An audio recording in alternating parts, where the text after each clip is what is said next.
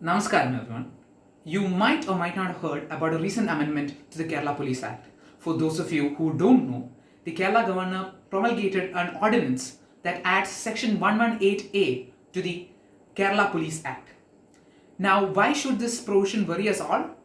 As users of the internet, we all freely express our opinions and thoughts online, in many cases in a rough or rugged fashion, and sometimes we might not make fun of someone.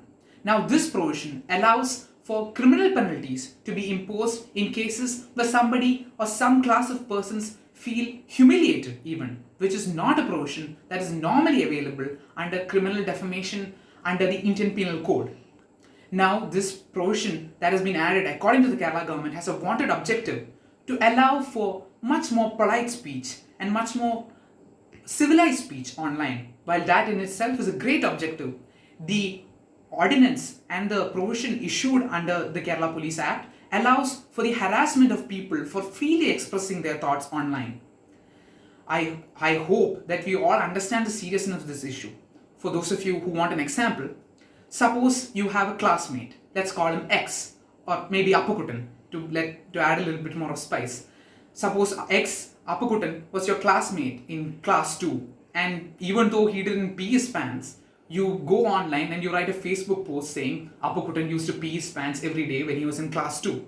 Now, theoretically, this Appukutan, who is your classmate, can file a complaint against you online, against you for making speech online, and you can get arrested instantly without a warrant from any magistrate for that, which is not the case with criminal defamation under IPC. This section of the Kerala Police Act goes way beyond its scope and should worry us all. This section is also, more importantly, a resurrection of a provision that the Supreme Court has already struck down in Shreya Singhal versus Union of India.